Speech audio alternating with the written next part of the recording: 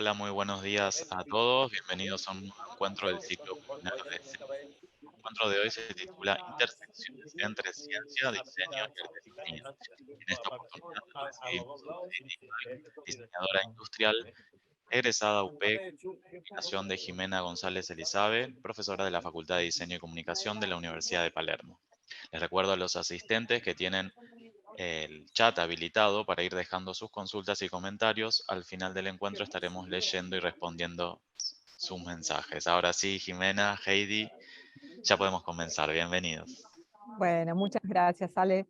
Buenos días para todos los presentes. Buenos días, Heidi. Encantada de contar con tu participación en este ciclo webinar de diseño y artesanía. Aquí estamos, te damos la bienvenida. Todavía escucho que hay gente entrando, pero bueno, vamos a ir presentando a nuestra invitada del día de hoy, que como dijo Alejandro, es diseñadora industrial y es egresada de la UP, pero además Heidi es una diseñadora experimental y es educadora en diseño, es investigadora. Heidi nació en Medellín, Colombia, pero desde hace bastantes años que vive en Argentina, en Buenos Aires, por lo cual ya la hemos adoptado, y ella creo que nos ha adoptado a nosotros también. Y bueno, ya hizo sus estudios también en Argentina, como decimos, en la Universidad de Palermo, también en la Universidad de Buenos Aires, en la especialización en lógica y técnica de la forma. Tiene además una maestría en investigación interdisciplinaria y lidera el grupo de investigación Sistemas Materiales. Su práctica profesional como diseñadora consta de muchos intereses, incluido el diseño, la fabricación de materiales bioinspirados y biofabricados, la investigación interdisciplinaria y los procesos artesanales. Por eso estamos con ella hoy aquí.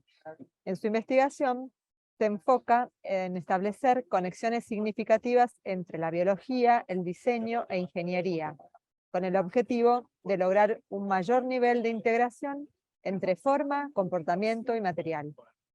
En el 2022, Heidi fue galardonada con el premio Humboldt a la innovación.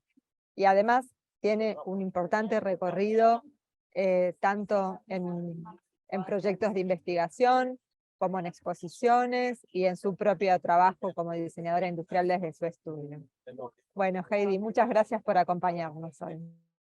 Muchas gracias, Jimena, la verdad que está buenísimo poder estar acá compartiendo con ustedes el trabajo y también como esta parte que a veces es un poco difícil como mezclar todas estas cosas juntas en una sola persona o en un solo hacer, sobre todo viniendo desde una práctica o de una formación de diseño industrial, ligado con las...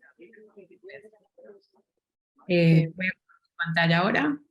Dale, buenísimo. Y Heidi, te vamos a pedir entonces, ya sabemos que, bueno, un poco esto que hablamos de tus inicios, pero que nos cuentes cómo fue tu motivación por iniciarte en el diseño, tus decisiones en función de la carrera que elegiste y en función de la dirección que después fue tomando tu carrera, porque eso lo fuiste haciendo paso a paso, y como seguramente tenemos muchos estudiantes de la facultad que van a estar hoy presenciando la charla, yo creo que también es importante para ellos que vean cómo uno va armando su camino, ¿no? Que nos cuentes un poco cómo fue tu experiencia. Buenísimo. Bueno, yo quería estudiar medicina. Cuando terminé la facultad, yo quería estudiar medicina, quería ser médica, eso era todo. Bueno, cuando llegué acá a Buenos Aires empecé a empezar a hacer mi camino de estudiar medicina. Y ahí tuve una orientadora vocacional y empecé a ver que todo lo que me gustaba de eso que decía la medicina, que tenía que ver como mejorar la vida de las personas, o ayudar, un montón de cosas, no estaban tan ligadas al estudiar medicina en sí, sino como a otras cosas, y empezar a ordenar o entender mis intereses. Desde mi mamá siempre le gustó la decoración, siempre hizo como cosas así, como muy creativas. A mí me gustaba mucho eso y estaba siempre arreglando algún mueble, poniéndole alguna onda, mirando revistas de diseño que yo no sabía que eran de diseño. Bueno, hasta que me tocó con la carrera, fui a la UP y me dejaron ver dos materias. entré y me dijeron, bueno, puedes ver, tipo, era como diseño, estaban haciendo un diseño de juguetes y diseño de electrodomésticos en una más avanzada, era como tercer año, una cosa así. Salí de ahí y dije, ah, es esto lo que yo quiero hacer con mi vida. Me inscribí al toque, empecé la carrera y hasta tercer año no supe de qué se trataba la carrera. Entonces era como que iba haciéndolo y básicamente creo que mis docentes lo podrán decir, había como algunos destellos de como que más o menos se entiende, pero era más que nada como mucho esfuerzo de tratar de entender, no era algo que me salía naturalmente, ni que era buena, no fui a una escuela ni artística ni técnica, entonces todo era como, ¿qué? No entendía nada. Voy a empezar a compartir y les voy contando, y realmente, mirando como un poco para atrás, eh, siempre de alguna manera lo material me atrajo. Y ahí se empieza como a armar. Y mi vinculación con uno de los materiales que más trabajo fue desde la facultad.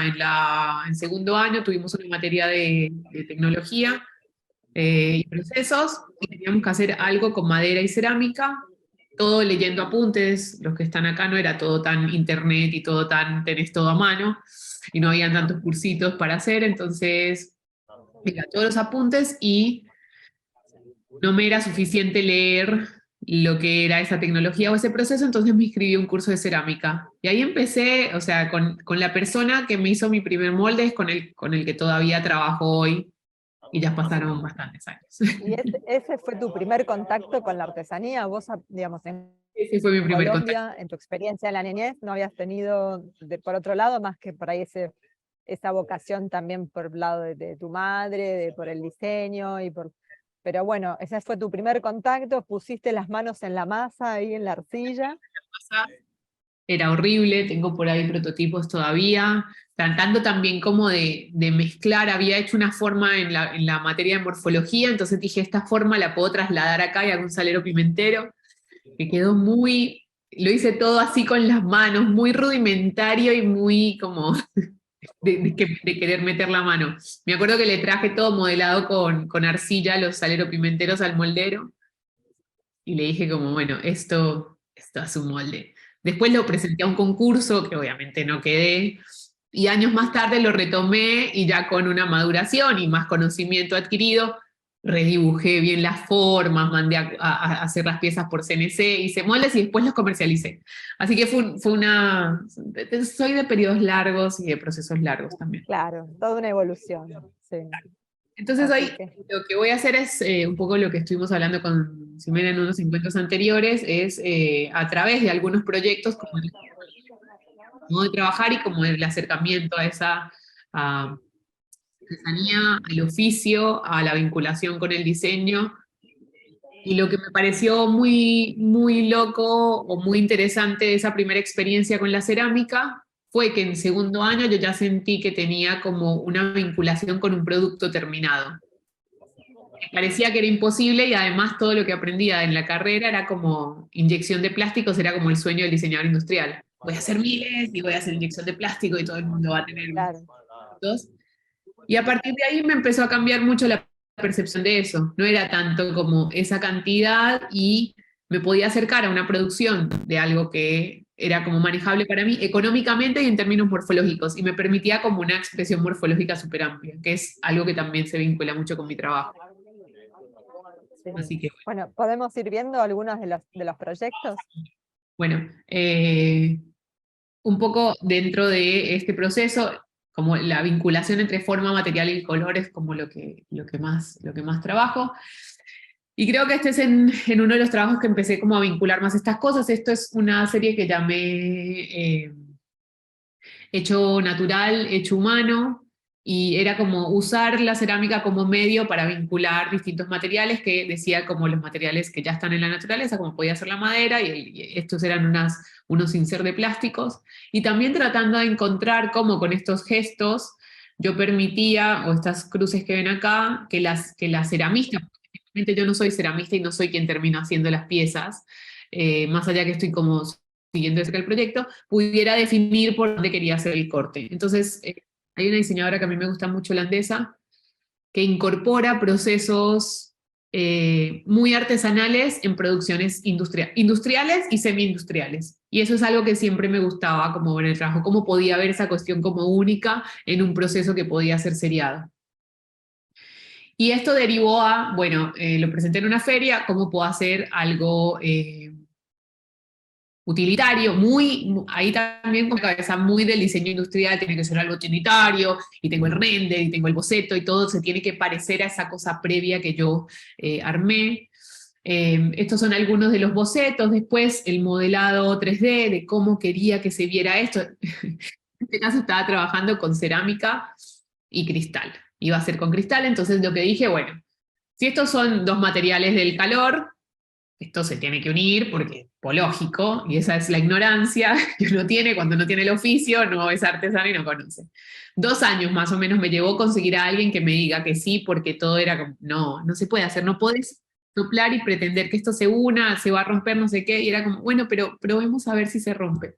Fui como muy... Soplar y hacer botellas, ¿no? Como dice la frase.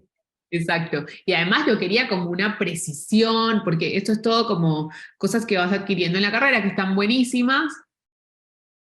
Y después algo que confluyó es que mi como camino por la cerámica y después mi camino con la biología, los dos me confirmaron que no está todo bajo mi control.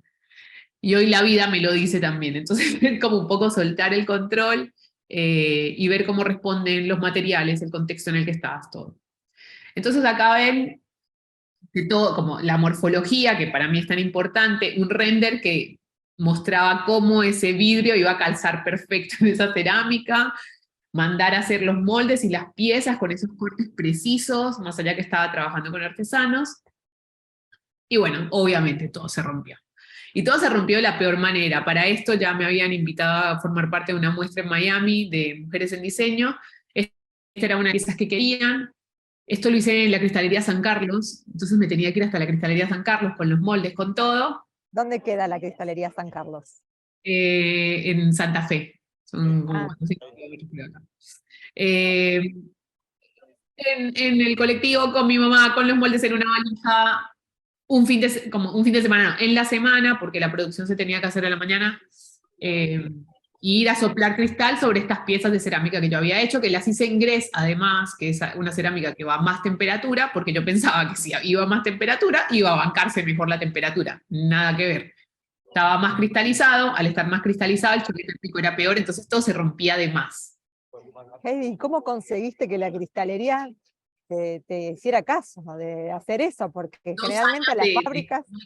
El coco, 2 años de quemarle el coco a Martín, como dale que se puede. Y antes de eso hice una prueba con un vidriero de acá que se llama Willy Lastra, que está en Berazategui, que es un capo. Me dijo, bueno, vení, lo hicimos, obvio se rompió la pieza, por un montón de cosas que yo calculaba que igual podían funcionar. Y me dijo, bueno, ya está roto, y yo, metelo al Archa, que es el lugar donde se tiembla el vidrio, y yo lo paso a buscar la otra semana. Y con eso gané un concurso después en Milán con esa pieza. Entonces, era como, además, entre mis compañeros y colegas, era como la que hace las cosas rotas. Era como, Heidi otra vez con su cosa. Bueno, era como la estética del wabi sabi, ¿no? Exacto. Así que, bueno, y esto para la fábrica era súper fuerte porque no está bueno que en la fábrica se te rompa todo, o sea, es como lo que se trata de evitar. Bueno, todo se rompió, llanto 2 semanas, escribirle a la de Miami como, mira, no hay forma, no llego. Y ella como, bueno, pero va, no sé qué. Y fue como, oh, ok. Entonces ahí una última muestra que hicimos, bueno, ahí ven el 2016, probamos en un contenedor que estaba hecho con el material del crisol, que es donde funden el vidrio en la fábrica. Entonces acá fue como mi verificación, se puede. No sé si es como lo estoy haciendo, pero esto es una verificación de que esto que estoy pensando se puede hacer. Volví a Buenos Aires, me puse en contacto con un químico especialista en cerámica, Omar Kelper, y empezamos a ver cómo generar pastas que se pudieran bancar el choque térmico. Y ahí también se empieza a vincular como una cuestión casi del método científico. ¿Cómo vamos a diseñar este experimento? Porque al final son experimentos lo que estaba haciendo, y este proyecto se llama Entremedio. Entonces empieza a hacer el proyecto, todo lo que está en el medio, de esa cosa utilitaria que yo quería hacer al principio y lo que terminan siendo las piezas finales y todo lo que pasa ahí. Hicimos tres pastas distintas, una de raku, que es una pasta de baja, pero se le da choque térmico para usarla, una de fuego directo, que son con las que se hacen las uñas, y otra que él formuló, que es la del medio, creo. Él conocía de vidrio y sabía que por ahí se podía bancar mejor. Así que volví a Santa Fe con estas 6 piezas. Y bueno, y ahí hicimos de nuevo todo el proceso, se rompieron menos, entonces ahí empezamos a verificar ciertas cosas. Al ser cerámica de baja, la cerámica puede contraerse y expandirse en conjunto con el vidrio, se calentaron las piezas durante, no sé cuándo, como todo el día antes, para que cuando llegáramos a la mañana se pudieran hacer.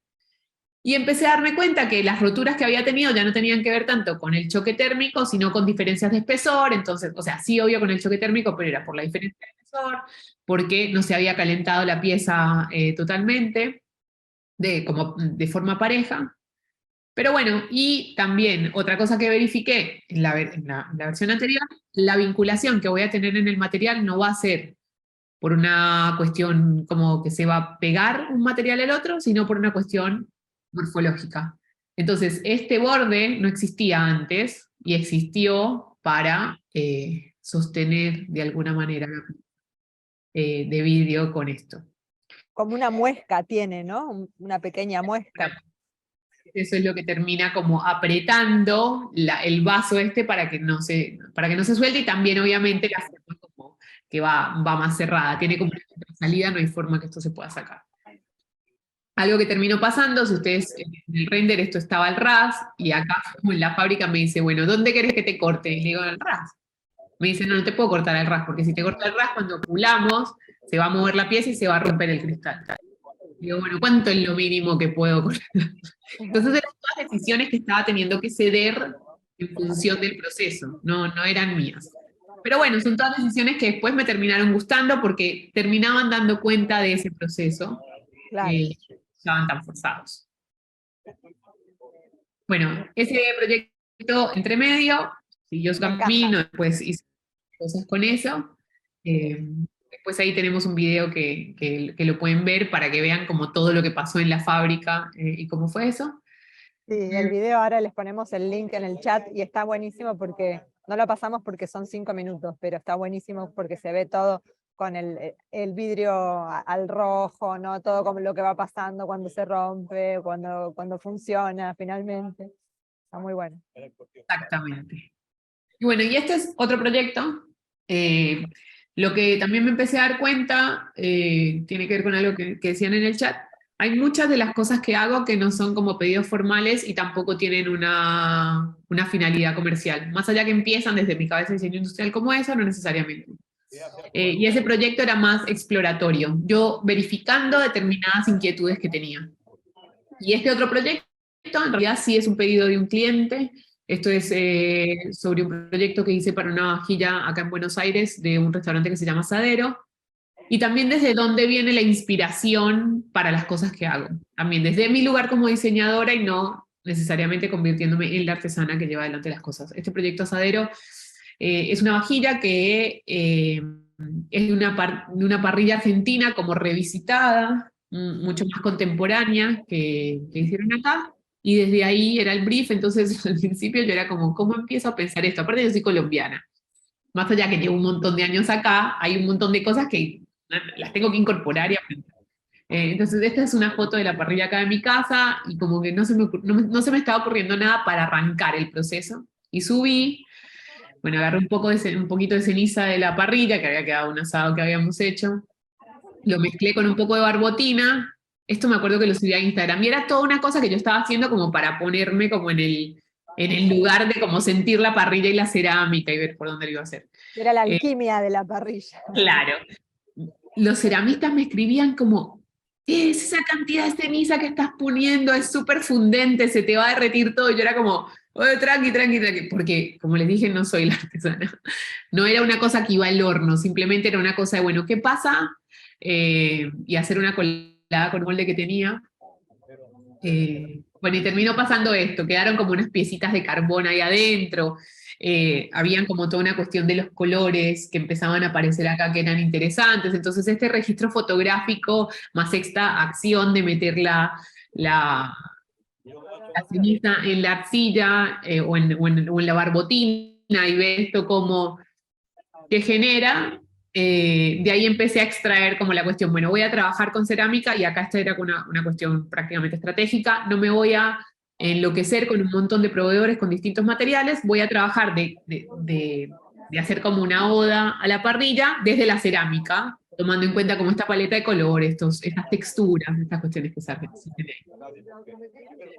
Y ahí paso a la propuesta que, de vuelta, como esta cuestión entre como mi formación de diseñador industrial, del render, del modelado en 3D, de la prueba, del prototipo, de la impresión 3D, todo, a empezar a plantear las piezas, y también como la síntesis, bueno, esto por dónde iba a pasar, era como una cosa contemporánea, pero que iba a rescatar de eso.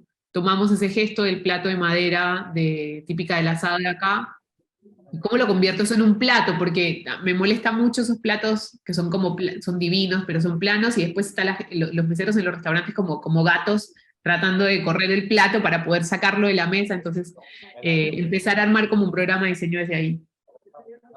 Bueno, y así fui diseñando como los perfiles de las plazas. Esta es la sección del plato, bueno, la pueden ver acá. Me gusta mucho meterme en la parte productiva del proceso, entonces soy la que diseño, bueno, las piezas, hago los perfiles, con eso mando a hacer prototipos, como bueno, usemos esta plantilla para ver el prototipo, a ver si se está acercando a lo que yo estoy pensando. Me encargo de los moldes también, todo el tema de la moldería es un proceso que hago yo. Y después la puesta en marcha ahí con los ceramistas. Y también entender, bueno, cuál es el proceso que vamos a usar para esto, en relación a las cantidades que tenemos que fabricar, que en este caso eran muchas, para una escala de un taller de cerámica, Claro. no era muy grande. Sí, ¿y acá cómo terminaron? Finalmente, ¿cuál iba a ser la pasta que iba a servir para este fin? Bien, acá estaban todas las exploraciones de pasta y esmalte que hicimos para poder seleccionar lo que iba a hacer, porque acá también era como, yo le dije, en un principio el proyecto era más como casi que hagamos una selección y compra de algo que funcione, y yo les propuse, bueno, hagámoslo de cero, que ustedes tengan su propio producto, y diseñamos todo, nada va a ser como de la góndola, ni el color de la pasta, ni el color del esmalte, preparemos todo en función de este concepto que ustedes están haciendo de cero. Muchísimas pruebas de material y color, de cosas que por ahí funcionaban en chiquito, y después cuando mandábamos a hornear no funcionaban en los platos más grandes de la producción. Después otras cuestiones que tenían que ver con, bueno, cómo se van a reflejar esos otros materiales, esas otras texturas que veíamos en la parrilla en la mesa. Acá, por ejemplo, esto es cerámica, y esta es una pieza que había hecho para otro lugar de hierro fundido. Entonces ahí ves como hay cosas que se van acercando, no queriendo imitarlo, pero sí como haciéndole como un pequeño homenaje a eso. Eso era la vipera. Acá está como los primeros prototipos, acá pueden ver que este borde es mucho más ancho, pero era por como estaba haciéndose a mano, según dónde estaba puesta la plantilla, la ceramista podía correr o no.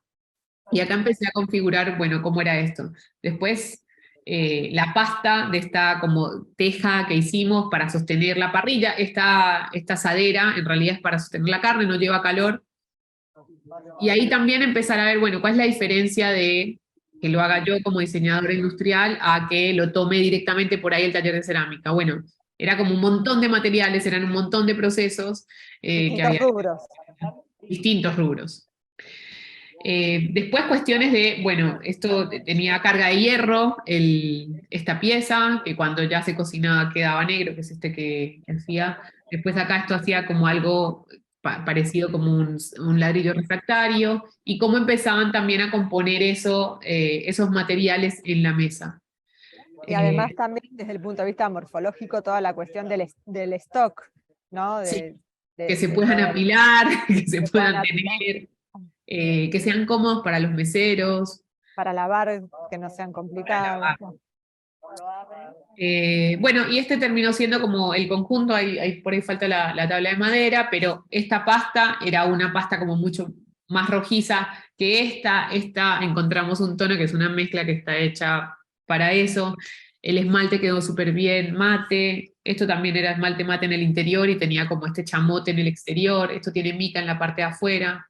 Y bueno, y con eso se fue componiendo lo que era la mesa de asadero, y así un poco lo ven en uso de cómo se plantea. Esto ya es muy fuerte, porque ¿verdad? Da hambre. Pero no, la verdad es que lograste un producto que además, o sea, por un lado está súper pensado, o sea, no solamente en la elección de los materiales y cómo funciona todo el conjunto, ¿no? Y su funcionalidad, sino que además es un producto que está con una estética súper definida, y sin embargo la comida es protagonista frente al objeto en sí mismo, que me parece que es un poco el objetivo que tiene tu cliente, ¿no? Totalmente, totalmente. ¿Dónde queda el restaurante Asadero? En Olivos. En Olivos. Sí, es muy lindo y muy rico. Y también esta cuestión, como lo que te decía antes, esta cuestión de esta cuestión industrial, de que todo el mundo tenga mi producto, y en estos casos donde un montón de gente puede disfrutar del producto, pero no se tiene que producir un montón para eso. Claro. Con ese stock que hay en el restaurante, un montón de gente lo puede disfrutar, esto se puede volver a lavar, y no es que tengo que estar en todos los hogares, aunque estaría buenísimo, pero también sería como mucho lío, sería muy complicado para la producción local de lo que se puede hacer eso. Sí, otra Entonces, escala, una ¿no? buena escala entre lo que se puede hacer como artesanalmente, que un montón, que esté como expuesto y en uso. Sí. Así que, ¿Y nada, cómo te manejas con la reposición, por ejemplo? Porque en el restaurante se deben romper las cosas, y cuando hay que sí. reponer, ¿cómo es la factura, digamos, en el sentido de que salgan las distintas partidas y todo tenga como la misma Bueno, aspecto? eso es entendiendo de entrada la variabilidad de la cerámica. O sea, no vas a tener nada uno igual al anterior, sobre todo porque se está haciendo a mano. O sea, estas bandejas aquí sí ven. Y también que el cliente como empiece a apreciar esas cosas, esas variaciones que tiene de secado, de horno, y que eso empiece a ser parte como algo lindo del producto, como algo a incorporar del producto, y no algo a rechazar por una cuestión estándar que no tiene nada que ver con la fabricación de una fábrica en otro Totalmente. lugar que se importa y eso. Y la reposición en general lo que se hace es que se pide unas cantidades mínimas para que la puesta en marcha de eso tenga sentido. En Exacto. este caso hicieron un pedido que excedía lo que necesitaban en el momento para poder tener como reposición ellos ahí adentro. Sí, buenísimo. Y qué bueno tener clientes así, ¿no? Sí, Con no, esa eso es visión. mejor. Guadalupe, que es la que dirigió todo el proyecto, es un placer absoluto, confiando un montón en lo que yo decidía, y acompañando como ese camino, y eso es impagable. Buenísimo. Y salto así, no puse portadas de nada y no se van a acordar No, los no nombres, pasa pero nada. Igual esto, está súper lindo todo. esto vino en realidad, esto es una referencia que me pasaron por un proyecto para un hotel, donde me enviaron esto, que son unas piezas re lindas, pero yo les dije como, bueno, si quieren algo así, en realidad a mí no me necesitan, pueden comprarlo directamente, o sea, esto existe. No porque yo haga todas cosas súper nuevas y que no existan, pero no tiene sentido yo hacer una intervención de hacer todo un proceso de diseño para llegar a unas piezas que son como estas. Entonces empezamos a trabajar, y yo les dije, bueno, déjenme pensar algo en relación a esto que ustedes están buscando, y ver qué puedo proponer yo en función de como el plan general que ustedes están haciendo. Eran unas piezas para baño, de un hotel que ya tenía como una imagen, a ver, que está acá está. Una imagen que a mí me remitía a ciertas cosas. Estas son fotos de algunas plantas de mi jardín, entonces cómo tomar como ese branding del hotel, inspirarme algunas cosas. Esto también es algo que se construye un poco después del camino que voy haciendo de bajada. Este era como el camino que yo quería como recorrer en eso. Pensaba en piezas, yo quiero hacer piezas que la gente se las quiera robar, no quiero hacer piezas que estén ahí como que digan, ay, qué lindo, es como que, no me la llevaría y no puedo porque nada, estoy quedando en un hotel. Pero bueno, acá habían unos gestos que yo hace rato quería como empezar a explorar, y dije, déjenme ver por acá qué podemos hacer en esto con la inspiración de las plantas, que pasaba mucho con esto, y se vinculaba a la identidad. Entonces ahí empecé a hacer como de vuelta este juego morfológico, en ver cómo empieza a aparecer ese pliegue en alguna pieza, cómo lo puedo incorporar, la variabilidad también de algo que por ahí en momentos es denso y se va expandiendo. Y esa cosa sutil entre esté la referencia, pero que no sea una literalidad. Eso es algo que trato de trabajar también bastante. Y acá empezando a incorporar también, de vuelta, estas cuestiones de diseño industrial, modelarlo, trabajar con Grasshopper que es un plugin de Rhino, para tener como algunos parámetros y poder empezar a explorar todas estas variaciones de textura, sin tener que dibujarlas todas, porque imaginen que no tiene mucho sentido. Y poder elegir de eso. Entonces, lo que terminé decidiendo es que de esta sección, que es como en B simétrica, como ponerla un poco de lado, girarla, rotar una de las puntas, empezaba a tener como una sección que me gustaba y empecé a trabajar con eso. Distintas formas. Presenté varias variaciones del conjunto, terminamos yendo por eso. Esto era una papelera, un tacho de basura del baño, el vaso, una portabela y la jabonera.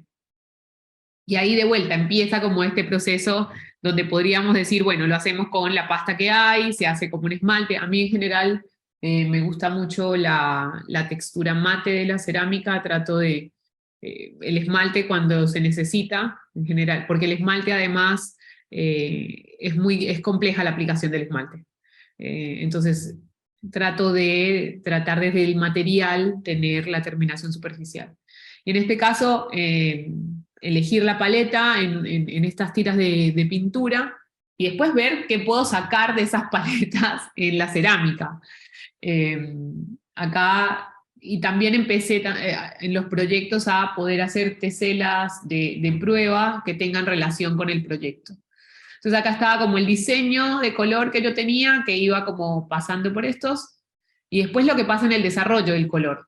O sea, porque una cosa es lo que yo planteé como diseño y después lo que pueda desarrollar y salga. Y ahí lo que surgió fue que el color más claro no apareció, pero sí aparece un tono más oscuro. Y de vuelta, se hacen un montón de pruebas y bueno, no estamos llegando, hay cosas que se hacen con pigmentos, hay cosas que se hacen con óxidos.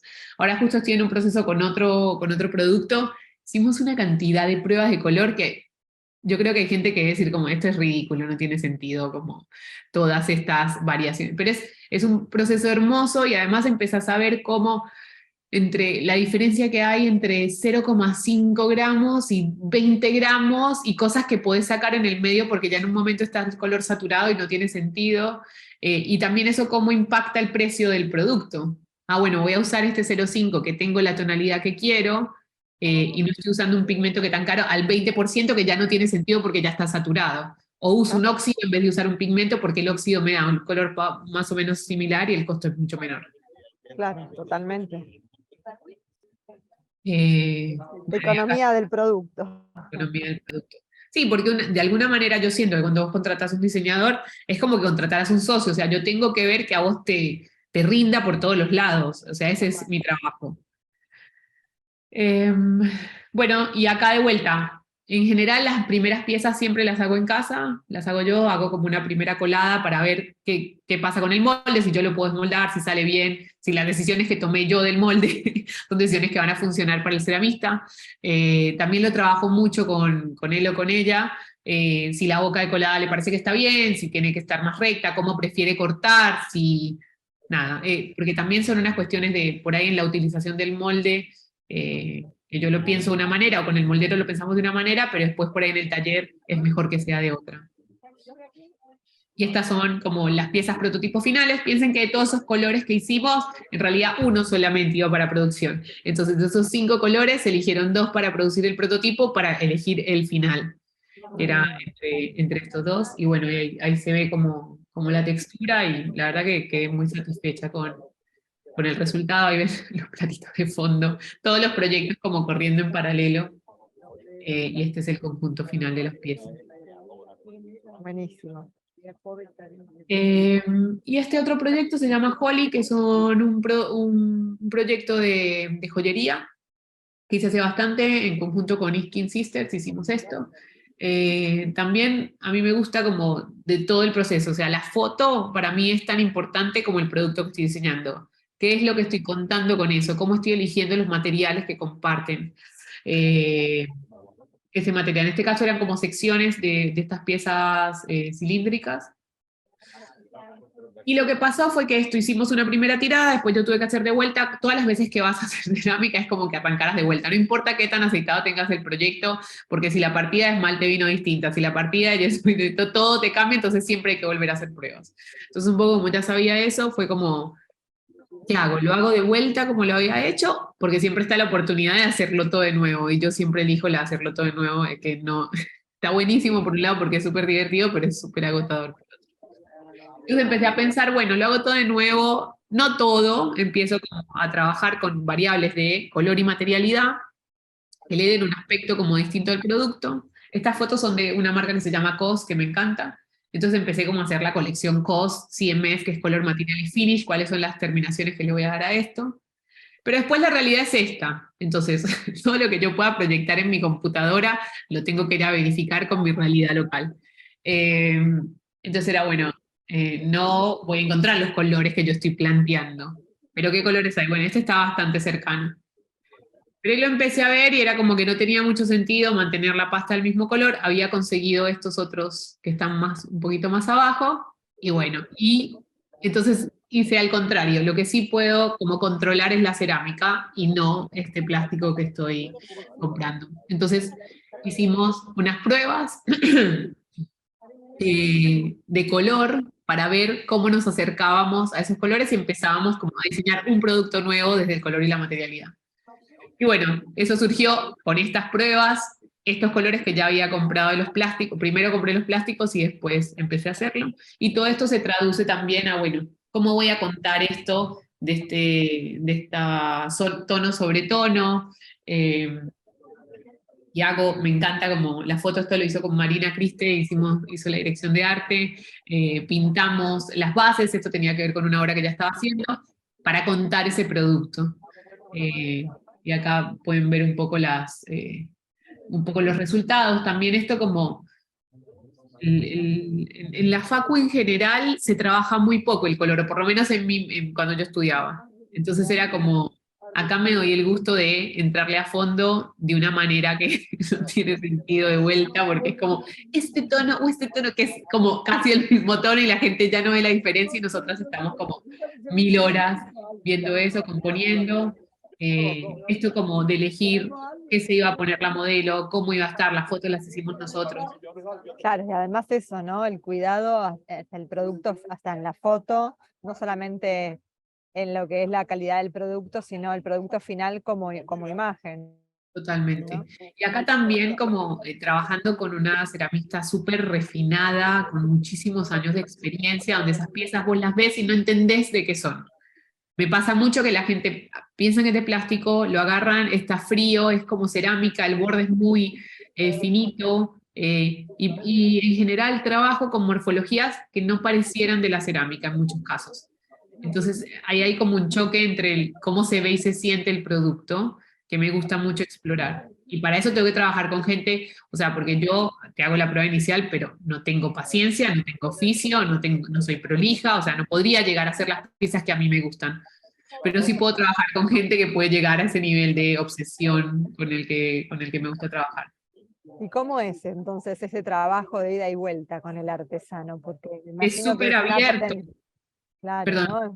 Digo, me imagino que es como un aprendizaje mutuo y que sí, de Muchísimo. mucho ida y vuelta, ¿no? Y de como, bueno, porque en general llego antes, o sea, con la idea. Ahora en el proyecto que estoy trabajando con otra ceramista que trabajo hace bastante, que fue la que me hizo los primeros aleros pimenteros cuando empecé la producción, que se llama Cintia. Y yo voy le digo, sí, tengo que hacer esta forma, lo quiero hacer así, así, ¿vos qué te parece? Y como que delineamos un trabajo en conjunto de cómo lo vamos a trabajar. Y yo por ahí llego con unos límites que a veces no tienen mucho sentido, como, bueno, hagamos, el otro día le había dicho no sé cuántos porcentajes de los colores, había comprado como 10 colores, y era como, no, pará. porque no necesitamos hacer tanto. Bajemos la cantidad de esto, hagamos esto, seleccionemos de acá y hagamos otra cosa. Tengo que confiar en la experiencia que tiene el otro. Y hay mucho aporte de ida y vuelta, porque por ahí estas exploraciones que yo hago, generalmente en los talleres, no, no, no surgen por ahí. Claro. Entonces empujan también un poco los límites de un lado y del otro. Sí, bueno, sabes que debes saber que hay mucha crítica a veces a la manera en que algunos diseñadores se relacionan con los artesanos para hacer su producción y luego los invisibilizan o no le dan el crédito necesario. Y bueno, la verdad que uno como diseñador y que trabaja con artesanos hace tanto tiempo, esas cosas duelen un poco, y está buenísimo ver cómo también hay otro enfoque que puede ser totalmente productivo y positivo para las dos partes, que bueno, que me parece que es esto, porque no se pretende que uno haga el rol del otro, ¿no? O sea, No, si claro. bien podemos tener los conocimientos o las habilidades para una cosa o para llegar a una instancia, pero es necesario ese trabajo conjunto, colaborativo, como ya, bueno, tanto se ha dicho, pero digo, bueno, de colaboración real, donde cada uno pone sobre la mesa lo que tiene para aportar y para sumar, ¿no?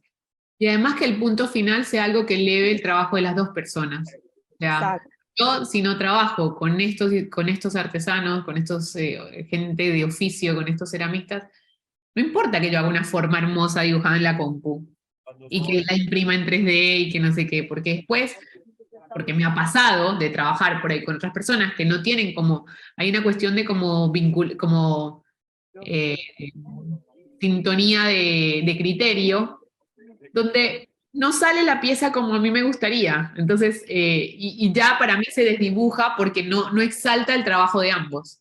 ¿Sí? Claro. El mío se ve un poco más bajo y el tuyo no se termina de destacar. A mí con estas piezas me pasa que no importa dónde las tenga puestas, quién me las vea, es como... Sí. y eso me parece rico. Y con respecto, por ejemplo, a la factura, al control de ciertos detalles y demás, vos me contabas, por ejemplo, en esta colección, que había mucha precisión también. Había, acá no se ve, pero era como, también como llevando cosas de esto de que pasa en el diseño del taller. Hice como sistemitas, matricitas para que los agujeros quedaran siempre en el mismo lugar, como las piezas estaban, a veces me pasa que hago modelos directamente con el matricero, pero a veces las imprimo en 3D porque necesito que salga igual, y después qué pasa con el ajuste del molde. Entonces hay como un montón de dispositivos y cosas que vamos incorporando a lo largo del proceso, porque yo también me puedo dar cuenta al ver cómo el ceramista lo hace, acá te falta esto, por ahí si tuvieras esto quedaría así. Entonces siempre se trata como de expandir un poco lo que se puede hacer con los medios que se tienen. Y por ahí a mí me es mucho más fácil pensar en, bueno, puedo hacer una matricita cortada en láser, que vos la encastrás y la tenés ahí. También había como una madera grabada donde vos ubicabas la pieza y te permitía poner esa matriz para que vos puedas hacer los agujeros. Y tiene que ver con eso.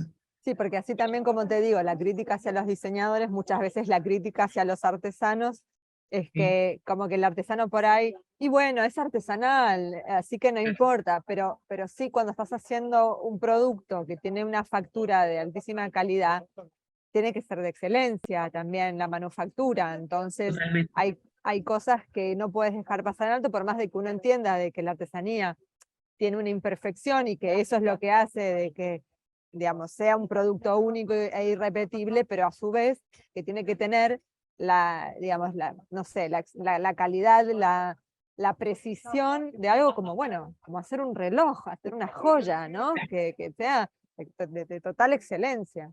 Y justo definir el rango en el que coincidimos las dos personas. Entonces es como, bueno, hasta acá esta variabilidad funciona. De acá para acá ya está fuera de la variabilidad porque ya son cosas que son controlables. Entonces definir, bueno, cuáles son los factores que no podemos controlar y que se incorporan al producto, porque a veces hay manchas.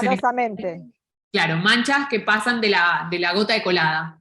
Bueno, nada, eso no importa cuánto lo elige, eso no va a salirse y eso empieza a ser parte de la pieza. Ahora, si el agujero queda fuera del eje, yo me vuelvo loca. Entonces, pongámoslo en eje porque se puede hacer en eje. Entonces, las cosas que podemos controlar, por ahí controlarlas.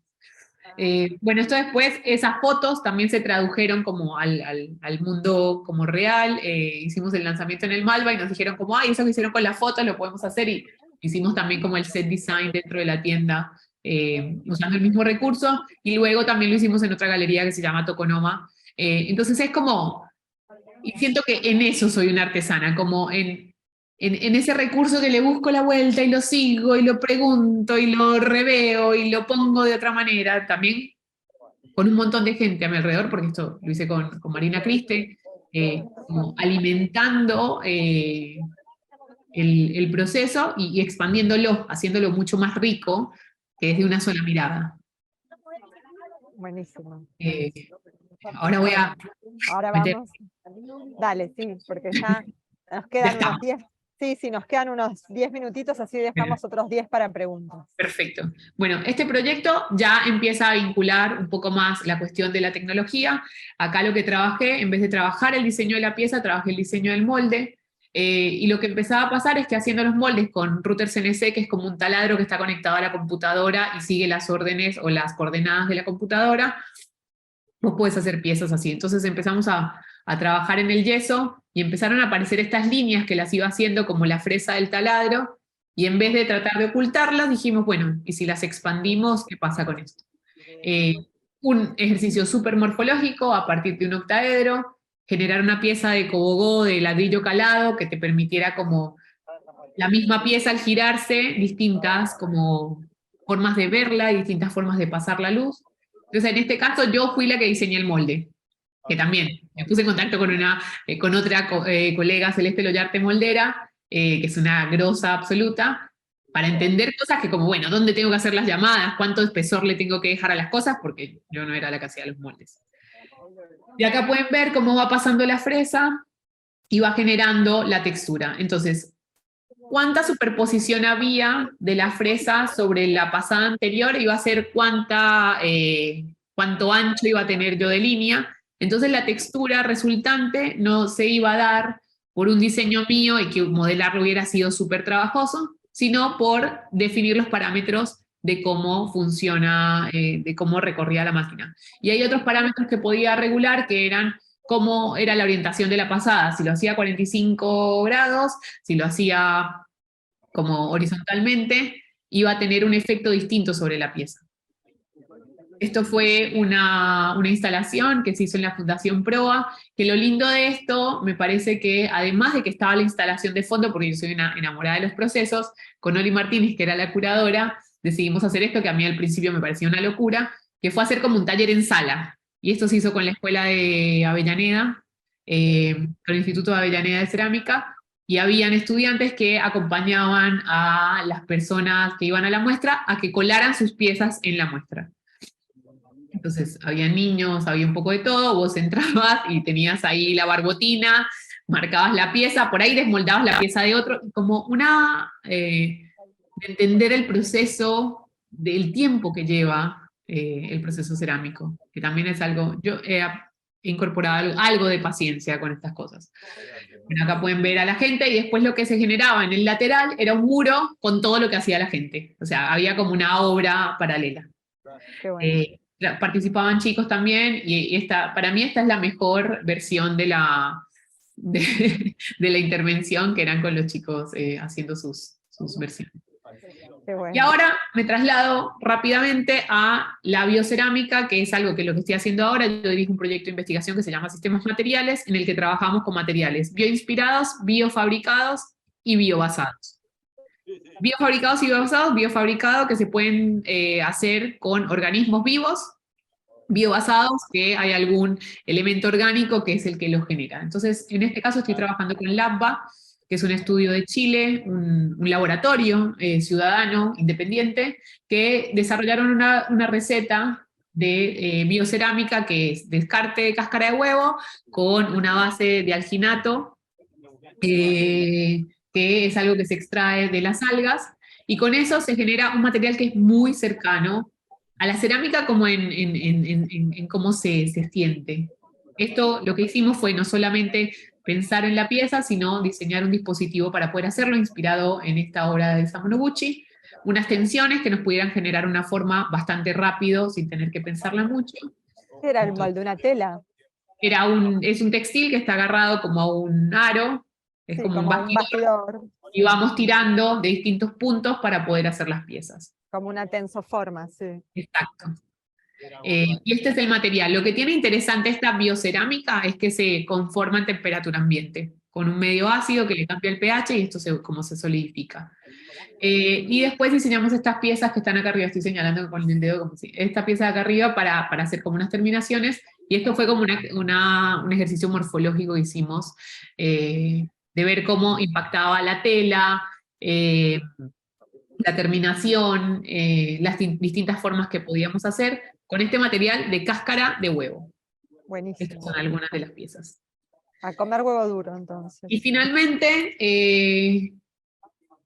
porque es mucho más largo todo este cuento, pero terminamos haciendo una muestra en el Centro Cultural Recoleta el año pasado, de octubre hasta marzo de este año, con el grupo que dirijo Sistemas Materiales, donde hicimos distintos proyectos o expusimos distintos proyectos que veníamos trabajando. Este hecho con cáscara de huevo, ahí pueden ver las piezas y el dispositivo, cómo estaba seteado, diseñamos toda la exposición. Ahí está Daniel Wolf de ¿Cómo la sabes en qué punto el material está, digamos, tiene la densidad, la viscosidad como para que empiece a fraguar? Hay una receta con unas proporciones entre el huevo y el alginato, y después a eso le pones vinagre, y el vinagre automáticamente hace como una reacción química y se gelifica. Y el otro día se desmolda. Ahora les muestro una pieza que tengo acá. Después otras investigaciones que hacemos con el crecimiento de hongos para generar biomateriales. Esto lo trabajamos con biólogos. Codirijo el proyecto con Leonardo Majul, que es un biólogo especializado en micología. Y bueno, creo que también una transferencia de esto, toda esa cuestión colaborativa que existe entre la artesanía, con los artesanos, con los ceramistas, se traslada a mi mundo interdisciplinario con los biólogos, los químicos, los físicos, con quien sea que tengo que trabajar. Esto es un poco la muestra, esto también está hecho a partir de crecimiento de hongos. Después hay lugares donde puedan leer más en profundidad sobre esto. Y a esto yo le llamo bioartesanía. Estas piezas las hice yo. Todo muy manual, es como también tienen que ver las condiciones ambientales. Además, hay un organismo que está haciendo el crecimiento para que esto se conforme, entonces ahí entran como otras variables. Y el proyecto también se desarrolló trabajando con estudiantes con distintos proyectos. Esto es otro de cáscara de huevo. Bueno, si quieren... ¿Esto es lo que se expuso en Recoleta, en la exposición? Es parte de lo que se Sistemas puso en Materiales? Recoleta. Sí, estas son todas fotos de la muestra que lo pueden ver en nuestro Instagram. Con conferencias también, y algo que hicimos que a nosotros nos interesa mucho es trabajar en comunidad. Entonces, más allá de los proyectos de sistemas materiales, lo que hicimos fue generar este archivo biomaterial donde invitamos proyectos de Argentina y de otros proyectos de gente que conocíamos en Latinoamérica para mostrar todo lo que estamos haciendo desde acá. Sí, además estuvieron haciendo un workshop, ¿no? En 2021 y 2022. Sí, en la UBA. Sí, hicimos algunos workshops que tenían que ver con el Biodesign Challenge, que era promover estas prácticas entre estudiantes de diseño y de ciencias exactas para que puedan conformar proyectos de biodiseño desde bastante antes, que después no pasa. Acá tienen cosas con hongos, con almejas, con bioplásticos, con café. Y bueno, y lo que estamos trabajando como un poco síntesis de eso es que estamos trabajando en una publicación que probablemente la tengamos para la segunda mitad del año, donde va a ser como una revisión de todo lo que estamos haciendo, no solamente acá, sino con otros colegas de otros lugares. Y para terminar, ya con esto cierro y nos quedan solo 5 minutos, al alterar drásticamente los procesos mediante los cuales se trabajan los materiales, el material mismo cambia sus características, no solo en su apariencia y función, sino también en su significado y significado cultural. Gran parte de la innovación material surge no de la fabricación de nuevos materiales, sino en la transformación de la forma en que los manejamos. Y eso para mí es como yo trabajo. No necesito necesariamente hacer materiales nuevos, pero sí pensar nuevas maneras de cómo trabajarlos. Buenísimo. Buenísimo. Bueno, ahora vamos a ver las preguntas del público, pero yo tengo algunas también, como Dale. por ejemplo, ¿Cómo haces, Heidi? Porque esto requiere de una energía enorme cada proyecto para armar esa red de gente de distintos rubros, con distintas miradas, bueno, ¿cómo se consigue eso? Porque hay que tener una capacidad de liderazgo y visión de trabajo en equipo muy grande. Gracias. La verdad que yo siento que me sale como muy orgánicamente, y es como, viste ese dicho que es como, Dios los crea, ellos se juntan. Sí, Es como que sí. son unas energías que se te van sumando, obviamente desde unos intereses. Para trabajar con los biólogos, a mí me gustaban los hongos, me fui a la facultad de exactas, vi quiénes estaban trabajando en eso, soy como muy curiosa y me gusta conocer gente y me interesa la gente como genuinamente, quiero saber qué estás haciendo y quiero ver si podemos hacer algo, sin un interés necesariamente de que eso va a llegar a ser un resultado de algo específico, pero también ir trabajando esa relación, son como generar relaciones todo el tiempo, Sí. construir relaciones. Y a partir de eso se generan los proyectos. Creo que viene más primero la relación y el proyecto como que va acompañando. Y sí, mucha energía. Ahora estoy como tratando de, bueno, elijamos algunas cosas, porque también en un momento es muy expansivo y después tenemos que ir como más en profundidad. Y ahora estamos en un momento como de la profundidad. Claro, sí, sí, me imagino que además habrá distintas etapas, ¿no? En el proceso. Bueno, aquí voy a leer algunas, yo tengo algunas más, pero vamos a ir intercalando con las del público. Dale. Saludos desde Cali, Colombia, dice Rafael Ángel Bravo. Ay, qué lindo, saludos. Después preguntan, a ver, acá hay sonido ambiente, puede ser que sea yo, el sonido ambiente, porque estoy en un lugar público.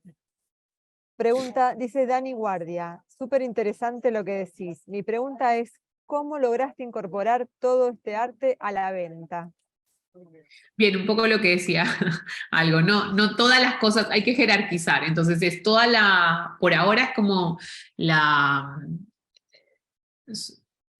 resolver de alguna manera inquietudes personales, y eso en general no está tan ligado a cómo va a ser la venta de eso. Porque si estoy pensando, o sea, eso lo hago en otro tipo de proyectos. Creo que esto surgió en el proyecto de Vidrio y Cristal. Ahí era como el objetivo y el foco estaba puesto en yo entender si estas cosas eran viables o no. Después, cómo se financia, que es distinto, porque no tiene que ver tanto con la venta, participando en distintas convocatorias abiertas o concursos que puedan potenciar y financiar ese tipo de proyectos, autofinanciados también. Después esas piezas terminaron quedando en unas galerías y quedaron a la venta ahí, pero hay veces que es como muy claro que el proyecto va a ser como más comercial y otras veces que va a ser más exploratorio. Entonces entender como esos campos. Buenísimo. Dani dice, muy bellas las piezas. Guadalupe, qué hermosura, por favor. Nancy Zavala dice, wow, conociéndote, qué belleza de piezas. Ay, qué lindo. Marina Cuevas, hola, ¿luego pueden enviar la grabación? Sí, la grabación, acá nos recuerda Alejandro el link para encontrar la grabación en unos días, ya va a estar publicado en el canal de YouTube de la facultad. Después, con el uso del tiempo, ¿los biomateriales cambian o se dañan? Preguntan. Cambian absolutamente, en algunos casos, no sé si dañar es la palabra, porque en general estamos pensando materiales, en estos casos, que puedan ser compostables y biodegradables. Entonces, el cambio es algo que va a estar. Algo que es súper interesante que también incorporás, distinto a la cerámica, es que la variabilidad empieza a ser un valor. Un poco, en realidad parecido a la cerámica, la variabilidad empieza a ser un valor. Entonces, ya no es someter a los materiales necesariamente a que bajen un estándar y que se sostengan en el tiempo, ¿sí? No es este color que es hoy este color y que se mantiene para siempre ese mismo color. Entonces, uno de los proyectos que tenemos, que se llama Expresiones Cromáticas, trabaja un poco eso. Bueno, cómo expresa un organismo el color y la variabilidad que eso tiene, y tomar eso como parte del recurso de diseño y no la estandarización. Para eso hay otros materiales, y estos materiales no necesariamente son reemplazos de los materiales existentes, sino alternativas que tienen que ir en correspondencia con el uso. Claro. Bien, acá Jessica Raude dice, wow, ¿podrías ampliar algo más acerca de la cáscara del huevo? Que es muy interesante. Es muy, realmente es simple, ahí les puse un link a un recetario que se llama Materion, ahí van a poder encontrar la receta del APA, es triturar cáscara de huevo, literal, ahí no sé si pueden ver un poco la Sí, textura. se ve. Es cáscara de huevo triturada, mezclada con la proporción que dice en la receta de alginato, y después un poco de vinagre, o sea, no tiene más que eso. Y dejarlo secar. No tiene más que eso, es como decirles que si su abuela les deja la receta del budín, está la receta y te va a salir el budín como a tu abuela. Bueno, probablemente no, son recetas, entonces requiere de ajustar según el tipo de agua, cómo lo hayas mezclado y todo, y lo más importante es tener como condiciones correctas de limpieza para que las cosas no se contaminen, porque una vez que se contamina, esto puede degradarse, digamos. Interesante. Bueno, mucho que aprender. Para mí, que nunca me salió ni siquiera la receta del slime para el colegio de mi hija. Me imagino que... Bueno, aquí dice Marina, esta receta de biomaterial con cáscara de huevo, ¿es de open source? ¿Se pueden hacer Sí. investigaciones caseras al respecto? Sí, totalmente. O sea, algo que tienen los biomateriales es como que son laboratorios de cocina. Es como cocinar. Hay mucho de los biomateriales que viene de la cocina molecular. Ahí les dejé un link a Materion, que ahí tienen un montón de recetas. Insisto, están las recetas, eso no quiere decir que te vayan a salir. En general vas a tener que ajustar muchos parámetros para ver, pero con mucha prueba y mucho error se llega. Sí, prueba y error, imagino. Como casi todo, en la ciencia, en el arte y en la artesanía. Prueba y error. Aquí Dani Guardia dice, gracias Heidi, es un placer. Patricia Charo, profesora de la UP y gran amiga. Muy interesante y gran investigación de biomateriales, muchas gracias. Patricia es una genia del tejido, te cuento. Hermoso. Rafael Bravo dice, no sé si lo dijiste o me lo perdí. ¿Cómo percibes la relación que se genera entre los usuarios y los objetos cuando tienen una naturaleza artesanal y estos materiales naturales? Hermoso trabajo. Pulo sabía de estos materiales como texturas honestas. Pulos habla de estos materiales como texturas honestas. Te repito la pregunta porque es largo, ¿sí? No, la tengo acá, estoy leyéndolo y sí, a ver, cuando yo empecé a trabajar con los biomateriales, cambia totalmente la relación porque vos estás creciendo el material, ¿sí? Entonces, vos estás viendo un proceso de lo que está pasando. Yo creo que con la cerámica a mí me pasó similar, tenés una trazabilidad y entendés todo lo que lleva a que vos tengas esa taza ahí. Todo lo que conlleva a que ese organismo esté creciendo, que vos le estés dando las condiciones adecuadas para que pueda crecer y expresar eso que vos estás teniendo. Entonces cambia totalmente la relación. Cambia cuánto tiempo lo querés tener en el tiempo, cambia la procedencia, o sabés de dónde está viniendo ese material, entonces totalmente es otra relación muy distinta a sacar algo de la góndola que nunca te lo cuestionaste, es como que te problematiza esas cuestiones de dónde vienen las cosas y cómo se hacen. Así que, Sí. definitivamente. Agrega, siempre he sentido que estos materiales y procesos más orgánicos dan lugar a una relación más allá de la forma y de la función. Y sí, es Totalmente. la naturaleza en su máxima expresión, ¿no? Luis Siblis dice, ¿dónde puedo encontrar más información sobre los materiales a partir de micelios? Una conversación hay tipo recursos por todos lados, ahora es como que está muy en auge. Te recomiendo que entres a nuestro Instagram de Sistemas Materiales y ahí vas a ver que tenemos como citadas a varias personas, hay proyectos que ya están ahí, y después por ahí entre la gente que nosotros seguimos vas a encontrar un montón de gente que ya trabaja con biomateriales y si no en Google materiales a partir de micelio, tanda, un montón. Buenísimo. Bueno, y acá hay otro chat de Felicitas Luna, que es la directora del Museo de Arte Popular José Hernández, con quienes trabajamos en la línea de investigación que llevamos adelante en la UP sobre diseño de artesanía, patrimonio y economías creativas, que yo dirijo. Y Felicitas dice, Jimé, muy buena la entrevista, así como en el MAP se hizo hace un año, el año pasado, la exposición sobre neoartesanías, Dice, está también como para pensar en un futuro cercano, hablar algo sobre bioartesanías, ¿por qué no? Y hacer una Hermoso. edición también con la UP. Bueno, sería cuestión de que lo charlemos, sí, pero todo se puede llegar a hacer. Claro que sí. Así que, bueno, y acá Herrera Cerámica dice, ¿se puede controlar Hola. la generación de color en la producción de materiales fúngicos? No hay mucho color. Nosotros estamos trabajando con algunos organismos que expresan el color. Lo estamos tratando. Hay que ver qué cuestiones de control. Estamos pudiendo definir, como vieron en el cilindro que les mostré, el área donde quiero que crezca ese color. Después también un poco la altura. Y ahora estamos expandiendo como a otros organismos para que den el color. Pero sí, hay muchos trabajos de biofabricación, de generación de color a partir de organismos, donde se empieza a poder como cooperar con el organismo para determinar qué colores se pueden hacer y qué no, pero creo que en todos los casos es como abrazando esta cuestión de la variabilidad. Esto con un organismo vivo. Después, obviamente, hay un montón de tinciones orgánicas que se pueden hacer que son más controlables. Sí. También dice Luis, ¿qué tipos de micelios llegaron a utilizar?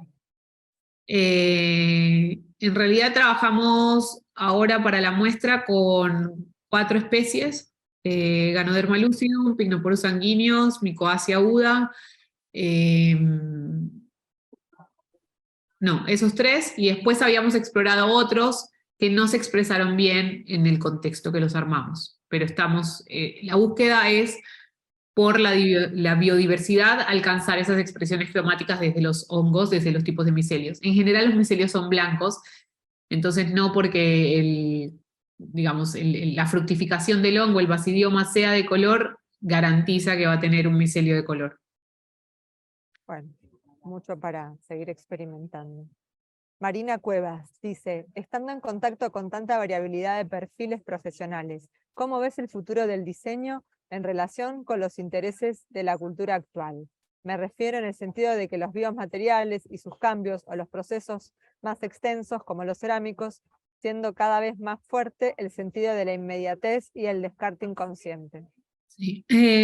Me parece que tendría que suceder este hecho. Yo creo que estar como más en contacto con este tipo de procesos nos hace más conscientes de dónde vienen las cosas, y eso también cambia los hábitos de consumo. El problema que tenemos no es de los materiales son todos buenos, en general están todos viniendo de fuentes naturales de alguna u otra manera, sintetizadas después o no, pero el problema que tenemos es un problema de consumo y descarte, y obviamente sobre extracción de recursos, etc. Yo creo que el futuro del diseño en relación a esos, siento que está viendo como un despertar de que además es una cosa cultural, o sea, es una cultura de descarte que empezó a plantearse no hace tanto tiempo, posguerra más o menos. Antes de eso no existían los niveles de consumo de plástico que tenemos ahora.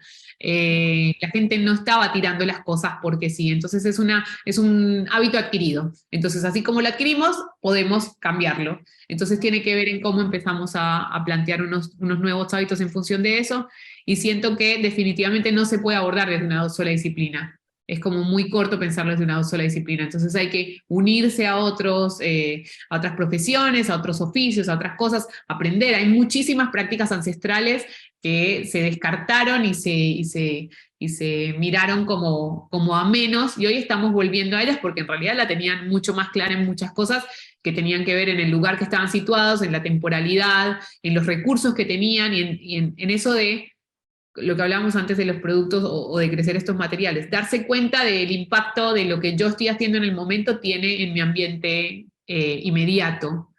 Y creo que nosotros eso lo tenemos como muy alejado, no sabemos a dónde va como que todas las cosas que hacemos desaparecen de nuestra vista, entonces es como si no estuvieran. Es una cuestión de una negación absoluta de lo que está pasando con lo que consumimos y lo que tiramos. Entonces, Sí, sí, es tremendo, te digo, la cantidad de plástico en Europa se ve, es impresionante, la bolsa de los plásticos crece al triple velocidad que la de las cosas orgánicas, y da un poco de impresión. sí. Y con respecto a los biomateriales en los textiles, que está bien, si bien por ahí no es lo que vos más haces, pero seguramente estás en contacto con otros investigadores y bueno, sé que está muy avanzado en ese sentido. ¿Qué nos puedes contar? Sí, creo que es uno de los campos en donde más desarrollos se están haciendo. O sea, tanto de tipos de biocuero, de bioplásticos, muchísimos que se están haciendo a partir de 100% cuero. Un segundo, de 100% hongos. Ahí les muestro una cosa. Sí. Sí, por ejemplo, la marca argentina Cúbreme de Alejandra Gotelli está utilizando para hacer una serie de unas pantuflas, un material derivado de la cáscara del mango, de una empresa, de unos emprendedores holandeses, pero tiene que importar el material de Holanda porque en Argentina no consigue alguien que pueda producir eso para proveerla. Claro, lo que pasa es que ahí también hay una fuerte carga que tiene que ver con la inversión pública y privada sobre esos desarrollos. Pero acá, cosas que tengo de la muestra, está este biocuero que está hecho a partir de hongos, ¿sí? Y esto está hecho en Córdoba con descarte de maní de un estudio que se llama Malma. Estos son también, lo interesante es que son diseñadores los que están impulsando estos desarrollos materiales y están llegando a la industria. Entonces es como un proceso ascendente Claro. que no es como normalmente se ha dado. A nosotros nos han venido los materiales y ahora está habiendo algo que está como emergiendo y la industria lo está tomando y está empezando a incorporarlo. Acá por ejemplo, material es increíble, es otro cuero de 100% hongos que está hecho por Radial en México, ¿sí? Estuvo parte de la muestra, esta es una pieza de cuero donde ellos ya están haciendo piezas con esto. Sí. Y esto es como si agarraran el champiñón, es 100% champiñón, no tiene otro componente que no sea esto. Si esto lo tiro, esto se degrada totalmente y no hay nada que dañe. Y es algo que el hongo lo replicás y estás como clonándolo y vuelve a ser como, es como un recurso, llamémosle renovable. Lo que sí es importante es que no importa lo nuevo que hagamos, si somos consumidores lo vamos a consumir todo. Sí. Entonces, ¿qué pasa si cambiamos de ser ese rol de consumidores? Esto es un Sí. bioplástico hecho con agar y palta, carozo Sí. de palta. Miren la flexibilidad, tiene textura, esto lo pueden ver un poco en las fotos. Este es el mismo, con otra variación. Después esto está hecho por Étimo, que ahora está en Valencia, Étimo Biomaterial, que trabaja con café. Esto es borra de café. Sí. Y hay muchos desarrollos que se están haciendo acá ahora. Lo que falta es la inversión para poder llevarlos a escalar, definiendo cuánto es lo que tiene que escalar para que pueda estar en la industria. Claro, claro. Sí, también, por ejemplo, en Ecuador están trabajando con la cáscara del cacao. Sí. Sí, en México hay bastantes desarrollos también. Bueno, Ah, bueno. aquí en España, bueno, hay una diseñadora gallega que trabaja con las cáscaras, que se llama Paula Camiña Eiras, que también colabora en una de nuestras publicaciones. Trabaja con las cáscaras de los mariscos, con la caparazón de los Sí, mariscos. porque Y tiene bueno, espina. claro, y generó un biomaterial para proveer a las cesteiras de Galicia de un material para reemplazar la falta de otros materiales, porque en Europa sí, en América tenemos la suerte que todavía tenemos mucho material disponible, pero en Europa la verdad es que hay una escasez de materias primas que obliga, en cierta forma, a investigar sobre nuevos materiales, y bueno, justamente se está haciendo mucho sobre esto. Y de hecho, engancho esto con la pregunta de Dani Guardia, que dice, ¿podés mencionar lugares donde pueden verse materiales bio para usar como textil? Bueno, que en otras ocasiones, en otros encuentros hemos hablado, por ejemplo, con Inés Rir, que también es otra diseñadora gallega, el tema de las materiotecas, ¿no? Que por ejemplo en Argentina no tenemos un banco de materiales como para que los diseñadores o los artesanos puedan recurrir a ello, y también para experimentar sobre lo que, digamos, con el desarrollo anterior, ¿no? Eso lamentablemente a nosotros nos cuesta más por esto que vos decís de la falta de inversión, la continuidad de las políticas, bueno, lamentablemente padecemos, pero en otras partes sí, se está haciendo y con mucho éxito. Sí. Pero bueno, están estas cuestiones como, bueno, la muestra fue algo, con Cami de Étimo estamos hablando para armar como una biomaterioteca en algún lado, donde puedan estar estas muestras y cosas, y entender en qué instancia están los proyectos. De vuelta, lo que pasa es que es como muy ascendente, es muy de la gente para arriba, entonces es como de las voluntades, porque todos estos trabajos en general son ad honorem, Claro. hasta que los podemos hacer funcionar. ¿El INTI, sabés si está en algo que se le parezca? Tiene algunas cosas en relación a eso, pero la verdad que no sé en qué estado están. Sí, normalmente es como es un organismo público, tiene otras misiones, ¿no? Y a Es veces difícil. superponen tareas con las de los diseñadores, entonces, bueno, Y se complican las articulaciones por momentos, no específicamente con el INTI, sino en general. Es claro, muy la complejo administración, articular. con la administración pública, claro, sí, sí, complicado trabajar. Es más fácil, más dinámico cuando sos diseñador y sos independiente, por eso este proceso ascendente que mencionás es un fenómeno que me parece que acorde a esta época, ¿no? Y a la manera de resolver las cosas de las nuevas generaciones. Exacto. Así que bueno, buenísimo. A ver acá, ¿qué más ponen? Dani Guardia, bueno, a esto lo leímos. Prenda dice, me interesa mucho, parece que Dani es diseñador de Sí. indumentaria. Me interesa mucho, soy diseñadora de indumentaria, moda sustentable, prendas exclusivas de diseño de autor. En España están muy avanzados con estos textiles. Sí, hay mucho desarrollo que ya se está empezando a implementar en los productos. Sí, si bien hay mucho greenwashing y mucha cosa de marketing, las grandes marcas siguen todavía produciendo en grandes cantidades, como dice Heidi, por más que cambiemos el material, si seguimos produciendo en grandes cantidades para un consumo desmedido, bueno, no, cambiamos un poco el eje, pero la cosa Claro. sigue, ¿sí? Pero sí es cierto de que hay, sí, artesanos y diseñadores, pequeños ateliers o marcas más pequeñas de gente que está incursionando en esto y que está logrando comercializar sus productos de una manera diferenciada y con bastante éxito. Y a veces el desarrollo del material lleva tanto tiempo que en general se están uniendo a diseñadores para, más allá que son diseñadores, para que hagan la parte de la aplicación, porque vos no puedes abordar todo al mismo tiempo. Ahí lo que tiene que suceder son colaboraciones como genuinas, que no sean como transaccionales, donde, bueno, entonces vos tenés eso, entonces yo hago esto, sino, bueno, ¿cómo podemos, de vuelta, como aportar para que se eleve el trabajo de ambos Total, y no como esto que vos decías, porque puede ser que hay alguien que está hace un montón desarrollando un biomaterial, alguien lo toma, lo hace y después no hay créditos, no hay nada, no hay forma de elevar ese otro laburo de investigación que es muy amplio hasta que te llega a vos para que lo puedas trabajar. totalmente. Y también sumándole a esto último, dice Luis Civilis, ¿cómo manejaste la delicadeza y el miedo de que te roben las ideas a lo largo de los años explorándolas, a medida de que hacías contacto con distintos colegas o colaboradores? Nunca tuve ese miedo, no es algo que... porque hay algo que de alguna manera siento que para hacerlo como yo lo hice tenés que ser yo, o sea, no sé si... no, porque es como un camino muy propio, o sea, nada no tiene como replicabilidad.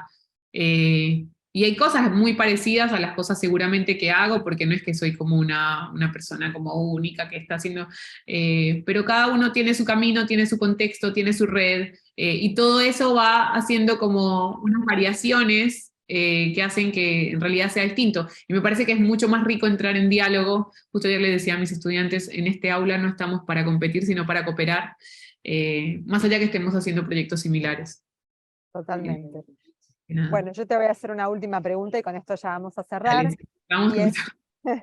¿qué le dirías a los estudiantes que están recién empezando en las carreras de diseño en sus distintas disciplinas? Que por cierto, hoy día ya son mucho más transversales y de hecho en nuestras charlas previas hablábamos de eso, de que tal vez para trabajar un diseñador con otro diseñador es más aburrido que trabajar con alguien que viene de otro campo, ¿no? Sí. ¿Qué les dirías en cuanto a cómo ves el diseño, cómo pueden estas nuevas generaciones encarar, sobre todo teniendo en cuenta esta posibilidad de investigar sobre nuevos materiales, biomateriales, cómo desde el punto de vista de la actitud o desde, digamos, dónde se plantan ideológicamente para hacer sus propuestas como diseño? Sí. Siento que tiene que ver mucho como con la pasión de creer en eso que están haciendo y de llevarlo adelante. Creo que hay muchas más herramientas, hay muchos más modos de comunicación. También siento que por ahí el ambiente ahora es como mucho más opresivo porque es como que se nos vino la crisis encima, que la tenemos hace un montón. Pero también siento que con estas cosas que están apareciendo, estos desarrollos que están apareciendo, hay como un destello de cambio, de que se puede, de que esto que decíamos, esta cuestión ascendente, es de que vos desde tu lugar realmente podés hacer algo y no tiene que venir una empresa a decirte, bueno, esto tiene que ser así, así, así. Entonces, realmente hay como un empoderamiento desde las personas, de los diseñadores, las comunidades, y cómo empezás a que tu hacer esto pueda ser plataforma también para otros, de esta cuestión colaborativa. Yo siento que mucho tiempo trabajé sola, hoy me siento mucho más cómoda trabajando así. Siento que termina siendo como de potenciar, cómo potencias esas ideas, desde cualquier lugar que las hagas también, porque no es que hay que hacerse súper, bueno, entonces ahora todo es biomaterial. Ya tomar decisiones en qué proveedor usar, cuánto le pagás, si le pagás correctamente, hay como muchas formas de hacerlo bien, por decir alguna palabra que no sé si bien, que no Honestamente. implica honestamente, y que te hagan a vos sentir bien de eso que estás haciendo y de compartir y de construir estas relaciones, y de saber que al final somos todos personas que estamos tratando de hacer cosas de la mejor manera que podemos, con los recursos que tenemos, y creo que dar espacios y que en los momentos que tenés como, o que ganaste campo, poder impulsar a otros también ahí en ese espacio. Siento que a mí me surge de esa manera. Buenísimo. Bueno, Heidi, súper interesante todo. Yo creo que es bueno, es aire fresco para muchos en el diseño y en la artesanía, que aparte me encanta porque es algo si bien vos ya tenés mucha trayectoria, pero que en los últimos años adquirió una gran fuerza, digamos, estas líneas del diseño con la investigación, con la artesanía, con la ciencia, bueno, que la verdad es que aportan mucho más a una visión que había posiblemente antes, donde cada uno estaba en su compartimento estanco, donde la relación era como vista tal vez con recelo entre unos y otros. Y bueno, todo esto demuestra que se puede hacer y que hay cosas súper interesantes para explorar. Así que bueno, fue un placer tener esta charla Muchísimas contigo. gracias, Ximena, y a la UP por la invitación. Y la verdad que este ciclo me parece hermoso. He visitado también otras charlas y me parece re lindo lo que estás haciendo. Y también otorgándole este lugar a la artesanía, que desde el diseño, en muchos casos, sobre todo cuando yo estudiaba, era algo a lo que se le veía como, no, pero vos no sos artesano. Y es como, es algo re lindo y está buenísimo exaltarlo y ponerlo ahí, porque también yo siento que nuestra identidad viene desde la artesanía. No tenemos unas industrias súper establecidas en el tiempo que hablen de nuestra identidad. Sí, desde la artesanía. Y desde ahí tenemos que aprender y llevarlo para adelante. Y del oficio. Así que muchas Bueno, gracias. bueno, muchísimas gracias a vos. Con esto nos Bárbaro. estamos despidiendo, ¿vale? Muchas gracias. Muchísimas gracias, Heidi, Jimena, un gusto acompañarlas en este webinar. Muchísimas gracias a todos los espectadores que se sumaron y participaron. Les compartimos en el chat las redes sociales de la facultad y el link del canal de YouTube Conferencias DC, donde próximamente van a encontrar la grabación del encuentro del día de hoy. Bueno, muchas gracias. Los esperamos en el próximo encuentro webinar DC y hasta la próxima. Gracias, Sí, Heidi. aviso, Gracias. el 1 de junio va a ser el próximo encuentro del ciclo, a la misma hora, y vamos a estar como invitada con Griela Pérez, es una diseñadora peruana de las polleras de Agustina, que es una marca que trabaja colaborativamente con artesanos del interior del Perú. Así que, bueno, va a ser más textil el último. Nos vemos. Un abrazo, muchas gracias. Chao, Ximena. Gracias. Chau, chau. Gracias.